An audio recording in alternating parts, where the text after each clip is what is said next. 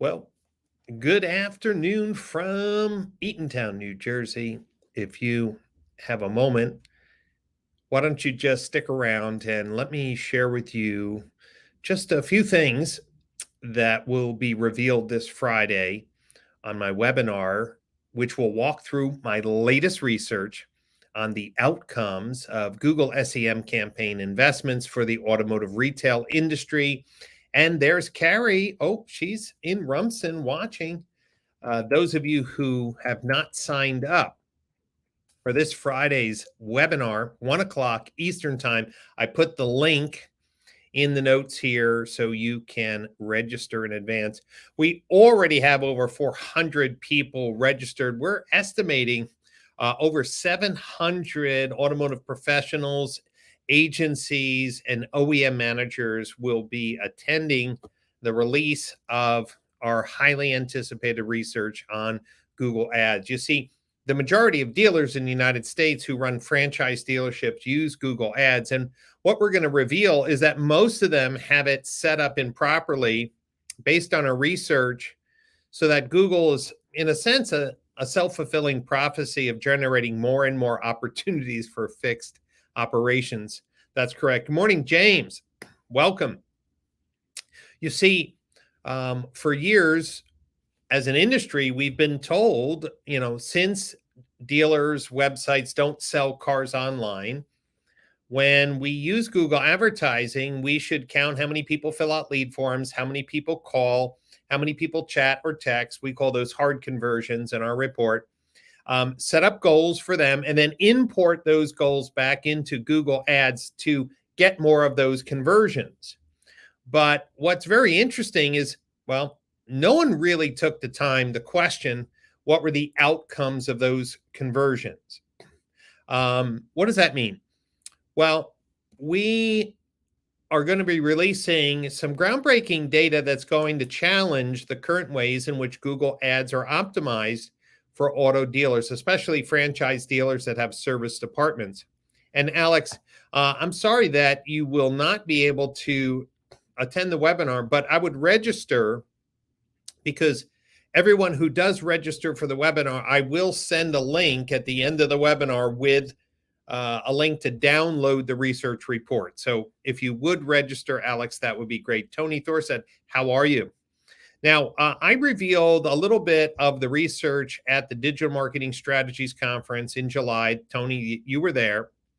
But the full report is 30 pages, and it will be released Friday after the webinar. I'm going to go through the whole research report, and this will be a great opportunity to educate your agencies, educate your dealer community friends, your 20 groups, get them to register and get a copy of the report.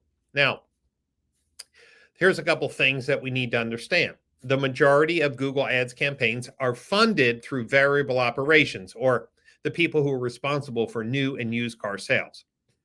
Yet, when you look at the outcomes, what were the conversions for? The majority of the conversions for Google Ads campaigns are for fixed ops. So even though variable ops is funding $5,000, $10,000, $20,000, in the report, we show a dealer who is spending $75,000 a month on Google Ads in this calendar year.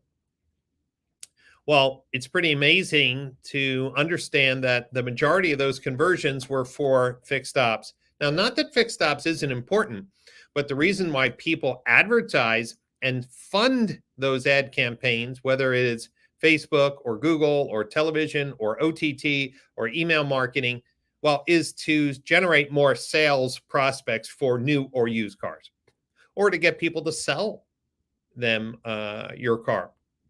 So what I want to challenge everyone is, if 2/3 of all conversions are phone calls from Google, and that's what we see for automotive retail, and only 13% of those phone calls are for sales, why are we feeding back into Google's bidding engine all the phone calls? Hello? Doesn't make much sense. Wouldn't that just generate more fixed ops phone calls? Yes. So the playbook, the digital marketing playbook that includes how to use Google has to be rewritten. And this is going to create an absolute opportunity for Car Wars, Call Source, Call Review, Interactive Tell to work with the ad tech community so that we fire into Google Analytics, not that a phone call conversion happened, but we had a phone call for sales and a phone call for service. Once we do that, we can import the sales phone calls and work to optimize Google to get more sales opportunities. Hey, Andy. So here's the funny thing. For years, there have been no standards on what defines a conversion. For some agencies, their moral compass is north, and they say, look, a conversion is a lead form, a phone call, a chat or text, a coupon, anything that I get some contact information. That's a conversion. Everything else is an engagement. Well, there's some agencies that say, well, a conversion is a visit to a VDP, or a conversion is a visit to an hours and directions page. So when a dealer spends, say, $8,000, they divide all the conversions to show that their cost per conversion or cost per lead is low. Of course, those are false friend metrics. But what the agencies have been told by Google's, look, like, capture the leads, capture the phone calls, capture the chats and texts, capture the digital retailing leads, feed that all back into Google to optimize Google. Well, guess what? If you feed Google with over 50% of conversion signals that for fixed ops, what do you think you're going to get? You're going to get more fixed ops. That's not what the goals of those campaigns are.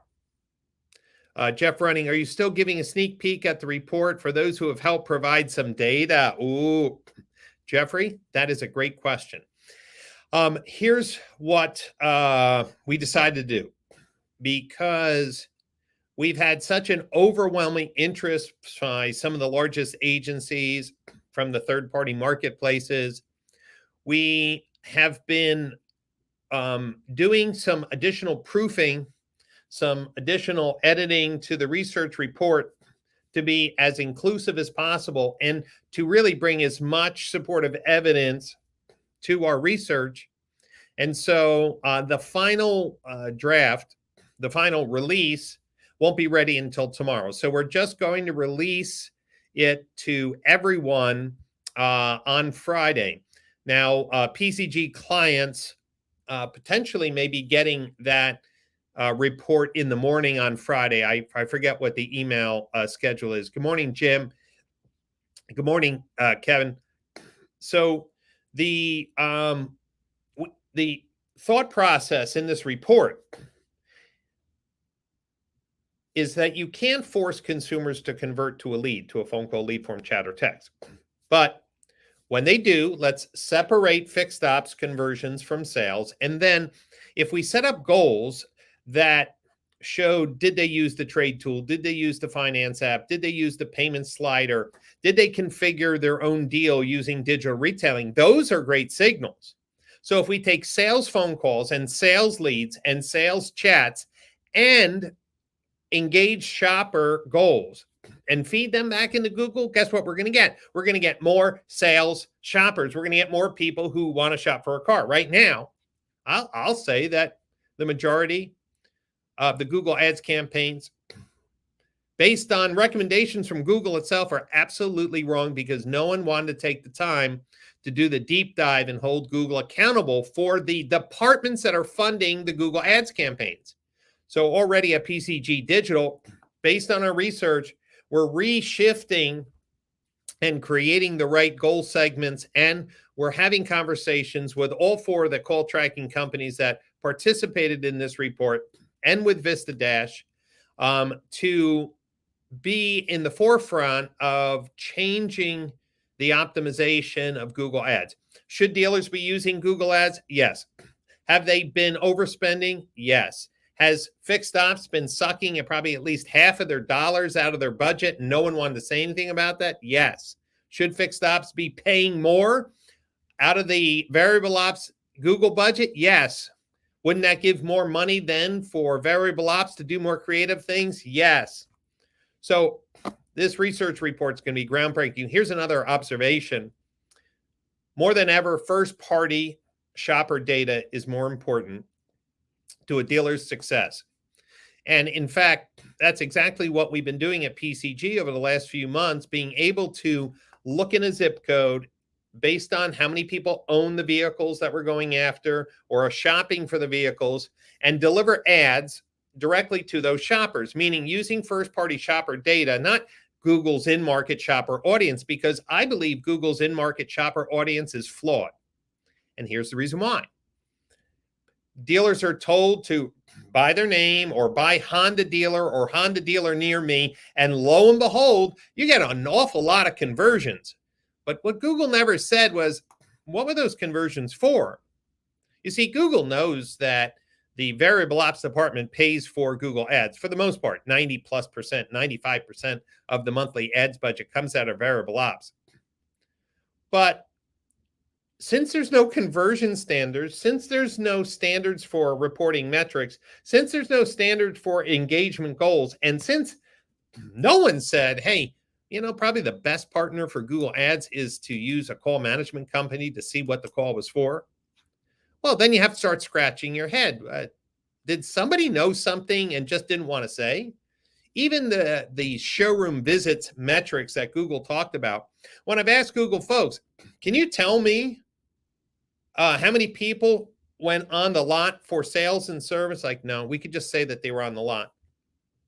Well, for some dealers, they're doing 10-to-1 repair orders for every car they sold. Meaning if they sell 100 cars a month, they're doing 1,000 ROs. They're selling 200 cars a month, they're doing 2,000 ROs. Well, isn't showroom visits then flawed too? Because if the majority of people who walk in a dealer's lot are primarily there for service, if you're optimizing on showroom visits, here we go again. So first-party shopping data overlaid on Google, first-party shopper data overlaid on Facebook, first-party shopper data overlaid on an email campaign is showing to be absolutely effective. And the truth is I love fixed ops, but I don't know why, but I've never seen anyone prior to this report write any article that says we should not import all of the phone conversions of Google Ads back into Google Ads for optimization. I think, and I'm not claiming anything if somebody was first, but I'm going to basically debunk the current mindset is that you take all the lead forms, all the chats and texts, and all the phone call conversions and run them back up into Google Ads to get more of those. Well, guess what? If more of those or 50% plus of those are for fixed ops, man, the sales manager, the new and used car sales manager, are going to blow their brains out. But thankfully, there is a way to use Google and there's a way to use Facebook more effectively. And when you can start to overlay high quality first party data over Google, guess what? Then you're not spraying and praying. You're targeting people who are in market. Same thing for Facebook, same thing with email marketing. And so today at our agency, we are completely shifting our focus to going first-party data-driven overlays to digital marketing because we can't just follow Google's playbook because the playbook is generating more measured outcomes for fixed ops than sales, and it's just inefficient. And what it also does, it casts a very odd shadow on other forms of advertising because for years the OEMs were just pushing more Google, more Google, more Google, more Google, as if maybe some people are getting paid off. More Google, more Google. Hey, this is a great idea that works. No, we're not going to co-op it. More Google, more Google. Hey, this is another idea that works great. No, we're not going to co-op that either. More Google, more Google. I'm hoping that OEM program managers wake up after watching the webinar Friday and reading the research report and just say, listen, why can't we just measure everything at cost per sales opportunity? How much does it cost to get somebody to raise their hand who wants to buy a new or used car? And how much does it cost to get an engaged shopper to the dealer's website? You see, for years, we knew that there was an amount of people who clicked on Google Ads and just came to the homepage and did nothing. Or clicked on an ad that took them to an SRP and did nothing. And there was this, well, maybe your targeting wasn't right. Try different keywords, try different landing pages. But I don't remember any independent critical thinking saying, well, maybe Google Ads isn't working to get really engaged shoppers. Maybe people are just using it as a taxi to get to the dealer's website. Well, guess what? I have the data to show you that that's exactly what's happening, but it shouldn't be surprising when 7 to 1 or 10 to 1 of the consumers that transact and pay the dealer for something every single day or more for service. We're a local business. We're not an e-commerce shop. People come to our facility to drop off packages, to see their friends, to pick up parts, to drop off parts, to drop off their car, to pick up their car.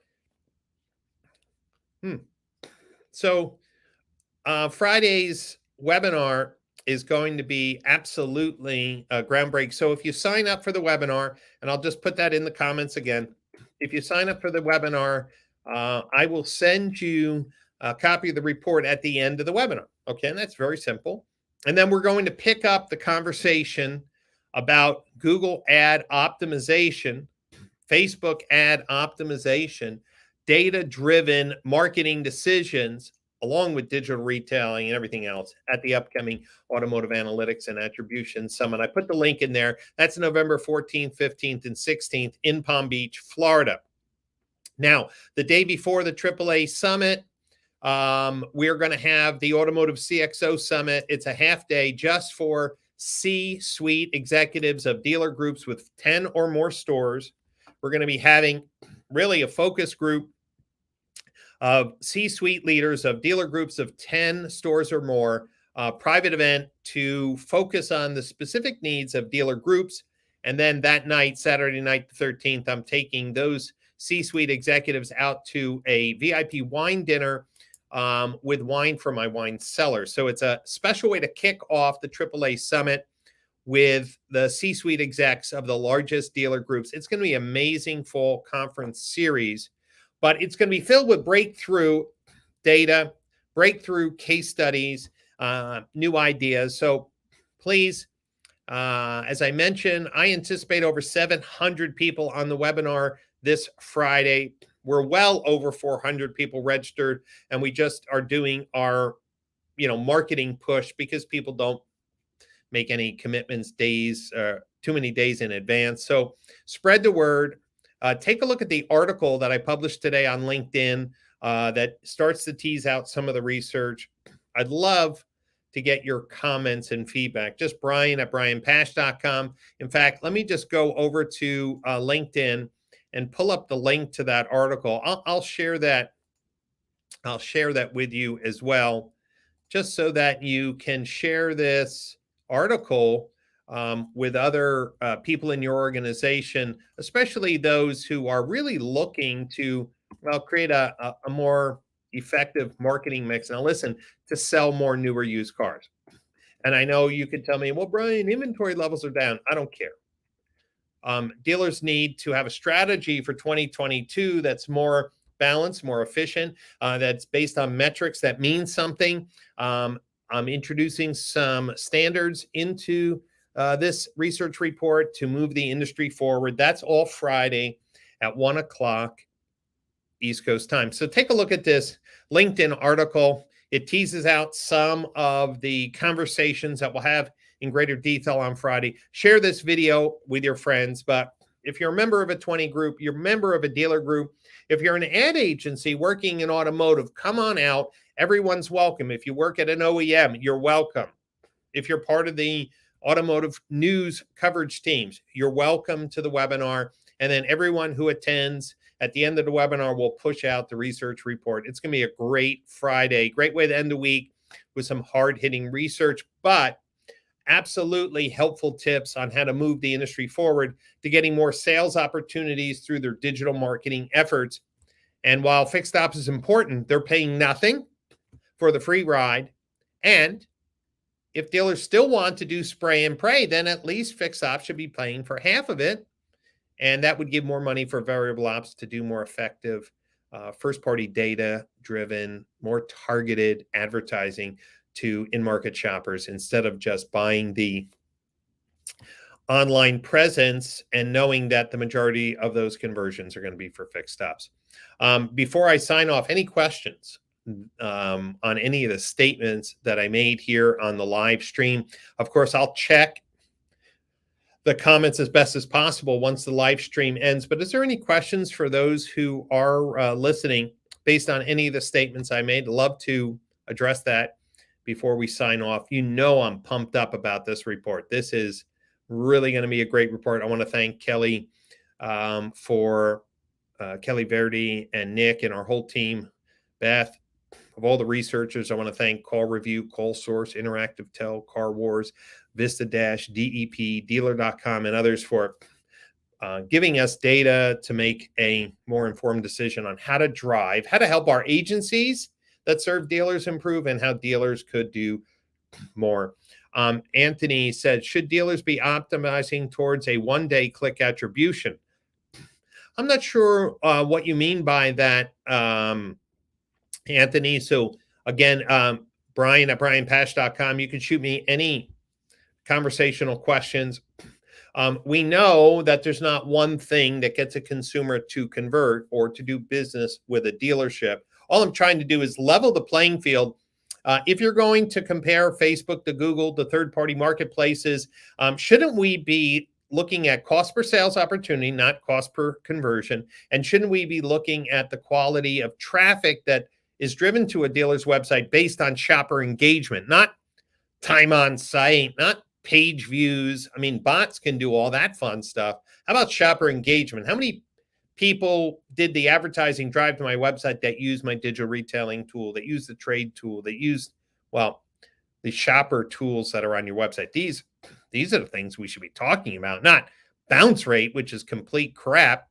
And I, of course, debunked that in the report as well. So let's shift our framework to more meaningful metrics that are aligned with shopping engagement. Since variable ops pays for the majority of Google Ads campaigns, why are we still generating so many outcomes for fixed ops? And here's the reason why. The optimization engine that was recommended by Google isn't working for automotive retail.